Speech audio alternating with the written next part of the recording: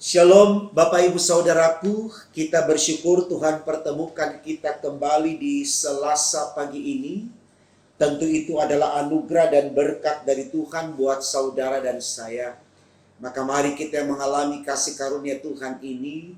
Kembali kita bawa kesediaan kita untuk menerima firman Allah.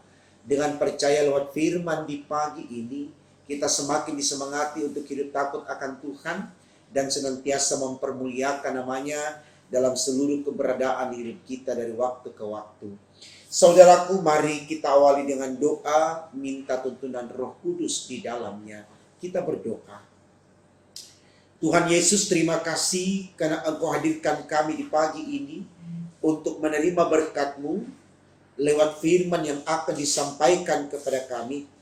Dengan harapan lewat firman Allah di pagi ini, kami semakin dibuat mengerti bagaimana kami bertanggung jawab dalam hidup kami sebagai apapun demi untuk kemuliaan nama-Mu. Karena itu Tuhan berfirman untuk kami agar dengannya kami selalu ada di jalan Tuhan dan melakukan kehendak-Mu seperti yang Engkau inginkan demi untuk kemuliaan nama-Mu. Di dalam nama Tuhan Yesus kami sudah berdoa kepada Bapa di sorga. Amin. Saudaraku, bacaan Alkitab kita di Selasa pagi ini terambil dari kitab 1 Yohanes 2 ayatnya yang ke-28 hingga 29. Bagian Alkitab ini dibacakan demikian. Anak-anak Allah, maka sekarang anak-anakku, tinggallah di dalam Kristus, supaya apabila Ia menyatakan dirinya, kita beroleh keberanian percaya dan tidak usah malu terhadap Dia pada hari kedatangannya. Jikalau kamu tahu bahwa Ia adalah benar, kamu harus tahu juga bahwa setiap orang yang berbuat kebenaran lahir daripadanya. Saudaraku, tema renungan kita di Selasa pagi ini dituliskan demikian dalam Sabda Bina Umat, yaitu tinggal dalam Kristus. Tinggal dalam Kristus.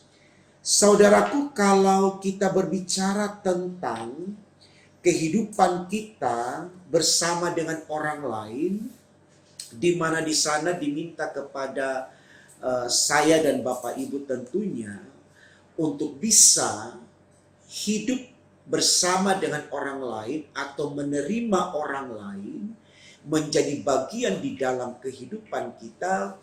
Maka yang harus kita tahu adalah apakah orang tersebut bisa menjadi sesuatu yang menopang hidup kita, mampu mendukung kita, dan terus selalu memberikan ruang kepada kita untuk bisa mengekspresikan hidup sebebas yang kita inginkan, tentu dalam aturan-aturan yang baik dan yang benar, ya. Artinya saudaraku, ketika kita diminta untuk masuk ke dalam kehidupan seseorang, maka kita harus tahu orang itu siapa, supaya kita bisa senadakan kata kita dan selaraskan langkah kita ketika kita menapaki kehidupan ini.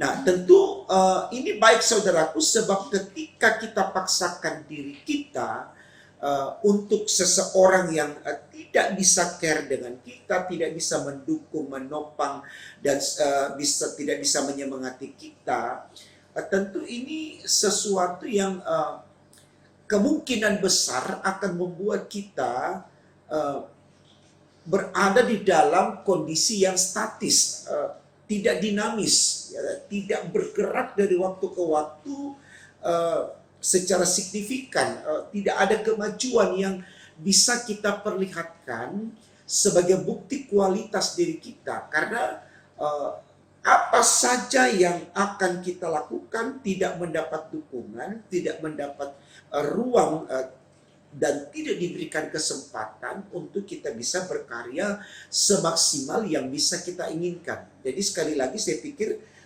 ini baik ketika kita diminta untuk tinggal bersama dengan orang lain atau hidup bersama dengan orang lain atau menerima orang lain menjadi bagian dalam hidup kita. kita harus tahu apakah kita bisa sekali lagi senada dalam berkata dengan dia, selaras dalam melangkah dengan dia. Kalaupun mungkin tidak bisa, paling tidak ada ruang bagi kita untuk bisa mengupayakan sesuatu untuk diselaraskan dengan hidupnya. Artinya betul-betul orang tersebut bukan sosok yang sama sekali tidak bisa untuk menjadi bagian dalam hidup kita. Ya, walaupun mungkin ada peluang kecil, ada kemungkinan kecil untuk bisa kita rubah dan bisa kita manage secara bersama untuk tetap bisa berkolaborasi, saya pikir tidak apa-apa. Ya. Tapi kalau sama sekali tidak bisa, ya mungkin jangan kita paksakan, karena kita sangat yakin dan percaya ada satu komunitas lain atau ada pribadi yang lain yang kemudian Tuhan sudah siapkan untuk kita bisa berkolaborasi lewat interaksi, relasi, komunikasi satu dengan yang lain yang lebih baik. Ya, jadi ya seperti orang bilang, dunia ini tidak selebar daun kelor. Artinya sepanjang kita terus menyemangati diri kita untuk mencari rekan yang bisa beralap konteks yang solid, saya yakin itu Tuhan akan berikan, gitu ya. Jadi betul-betul saudaraku, dalam hal ini kita semangati bagaimana kita menggunakan hikmat Allah untuk memahami karakter orang, pribadi orang, supaya kita bisa senada dalam berkata, selaras dalam melangkah dengan orang tersebut. Nah, hal ini sama juga saudaraku ketika tema kita berkata tinggal dalam Kristus, artinya masuk ke kehidupan Kristus, memiliki Kristus, hidup bersama Kristus. Ya, kita juga harus cari tahu apakah saya akan mendapatkan sesuatu yang baik ketika diminta untuk tinggal bersama Kristus, hidup bersama Kristus, ada menjadi bagian dari Kristus. Ya, kita harus cari tahu saudara, Kristus ini siapa? Ya. Kalau kemudian Kristus bisa berdampak baik untuk kehidupan kita, kita jangan menolak ajakan untuk tinggal di dalam Kristus.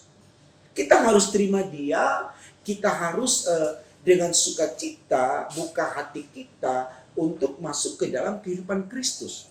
Karena kita tahu ternyata Kristus, misalkan ternyata Kristus bisa berdampak baik untuk hidup kita.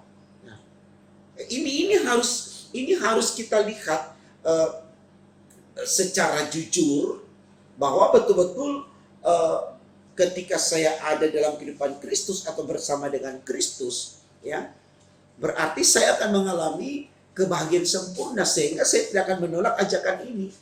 Nah, saudaraku, kalau kita pelajari tentang Kristus di dalam Injil atau firman Allah ini, jelas sekali bahwa Kristus itu adalah juru selamat yang selalu membawa orang dalam sebuah pembenaran dan dibenarkan untuk memperoleh keselamatan. Karena kenapa? Karena Yesus yang menentukan orang masuk surga. Berkali-kali dikatakan dalam khotbah bahwa hanya lewat Yesus kita bisa datang ke rumah Bapa di surga yang kekal. Yohanes 14 ayat 6. Ya.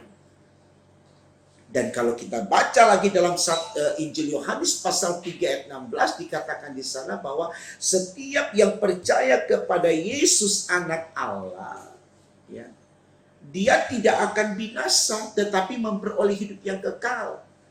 Jadi dari uraian ini saudaraku, ya, sangat baik ajakan di tema ini untuk tinggal dalam Kristus, kita respon. Kita betul-betul menerimanya, karena kita tahu ketika kita tinggal dalam Kristus itu adalah surga untuk kita. Nah, ini juga saudaraku yang mau diuraikan dalam bacaan kita, ya. Pada saat ini dikatakan dalam ayatnya yang ke-28. Jikalau kamu tahu bahwa ia adalah benar, kamu harus tahu juga bahwa setiap orang yang berbuat kebenaran lahir daripadanya. Artinya Kristus ini adalah kebenaran. Sesuatu yang benar menyenangkan hati Tuhan. Dan ketika Tuhan disenangkan, dia akan masuk ke dalam kehidupan yang kekal, yaitu surga. Kenapa? Karena setiap orang yang datang dari Allah yang memiliki surga pasti hidup benar. Ini yang dikatakan dalam ayat 29 bacaan kita. Setiap orang yang tinggal dalam Kristus adalah kebenaran. Ya. Jadi ini baik sekali Bapak Ibu Saudaraku untuk kita renungkan supaya kita mulai menyemangati diri kita untuk mau tinggal dalam Kristus dan tetap terus memiliki keinginan untuk tidak keluar dari Kristus. Apapun persoalan kita hadapi. Di waktu senang, di waktu susah, di waktu untung, malang, di waktu sakit, sehat. Apa saja keberadaan kita. Jangan pernah kita keluar dari Kristus. Ya. Kita mendapatkan kebahagiaan atau kemalangan, kita disakiti atau kita disenangkan. Komitmen tetap mengimani Kristus itu harus ada. Di tengah kelebihan dan kekurangan kita, di tengah kemampuan kita untuk melakukan sesuatu, ataupun di tengah ketidakmampuan kita melakukan sesuatu, tetap Kristus. Persoalan benar atau tidak, saudaraku, saya percaya ketika kita mempertahankan hidup kita dalam Kristus, ada daya dari diri kita untuk bisa memahaminya. Gitu. Artinya ketika terus kita tinggal di dalam Kristus, kita akan digiring oleh Kristus untuk mampu mengetahui tanggung jawab kita dalam hidup ini itu seperti apa. Apa yang harus kita lakukan dalam tanggung jawab kita di dunia ini. Artinya di situ ketika kita hidup dalam Kristus, kita tidak lagi berbicara tentang diri kita, tapi kita juga mampu berbicara tentang orang lain yang ada di sekitar kita. Mungkin bukan untuk menyenangkan semua orang, paling tidak ada orang yang kita senangkan, dan tidak akan ada orang yang kita sakiti ya, dengan cara-cara kita yang hanya memikirkan kepentingan diri sendiri. Ya, saya pikir ini baik sekali saudaraku. Tema khotbah kita ini yang kita lihat dari bacaan kita, benang merahnya dengan bacaan kita, ya, itu kita menemukan bahwa memang kita harus tinggal di dalam Kristus. Ya. Karena sekali lagi, hanya Kristus yang bisa membuat kita untuk mengerti apa tanggung jawab kita dalam hidup ini, sebagai apapun. Ya. Dan kalau kita punya Kristus, saya yakin kita akan tetap bertahan untuk melakukan hal-hal yang baik, hal-hal yang benar. Karena sekali lagi seperti ayat 29 katakan, orang yang datang dari Kristus adalah orang-orang yang benar, yang dibenarkan juga, dan akan memperoleh kehidupan yang kekal. Jadi mari saudaraku, jangan kita menolak ajakan tema ini untuk tinggal di dalam Kristus, tapi betul-betul kita mau hidup dalam Kristus karena kita tahu Kristus itu adalah Tuhan dan Juru Selamat kita yang akan membawa kita kepada kehidupan yang kekal atau kepada surga.